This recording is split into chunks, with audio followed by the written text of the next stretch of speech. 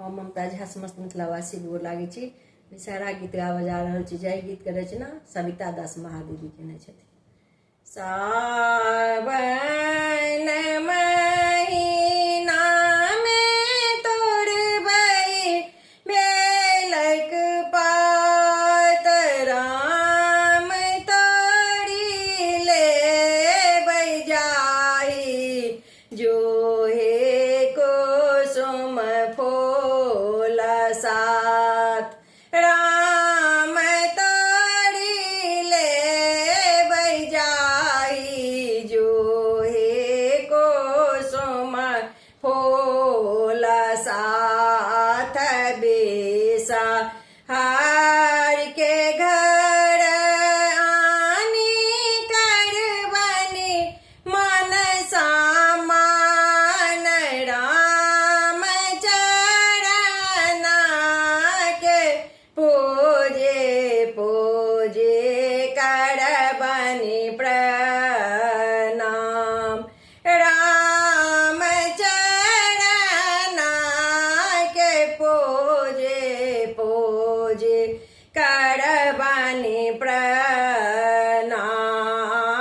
काला जोड़ी मांगी लेबै अखंड सोहाग, राम बिसारी माए दाए देथिन वरदान में सोहाग।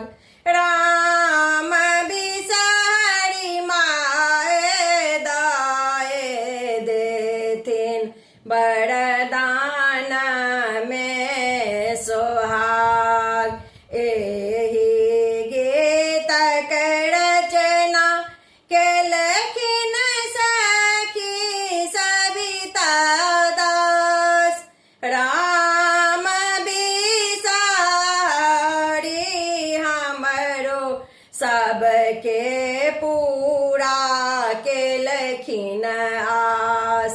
राम बिसारी